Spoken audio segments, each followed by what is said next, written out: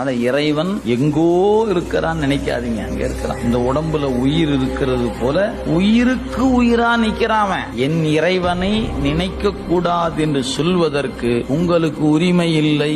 ஏன்? அவன் எங்கிட்ட இருக்கிறான். நீ வச்சிருக்கிற கோயில்ல நீ வச்சிருக்கிற சிலை வேணா தொடாம சொல்லு, நான் என் அறிவு எப்போதும் தொட்டுக்கிட்டு தான் இருக்குது. நீ வச்சுக்கு நீ தொட்டு கும்பிட்டுக்க போ. ஏன்? நான் எப்ப அவனை விட்டு விலகினேன்? அவன் என்னைக்கு என்ன விட்டு அவன் விலகினு இருக்கிறான். அவன் எங்கூடவே இருக்கிறான். சிக்கனை பிடித்தேன் எங்கெழுந்து அருளுவது இனியே.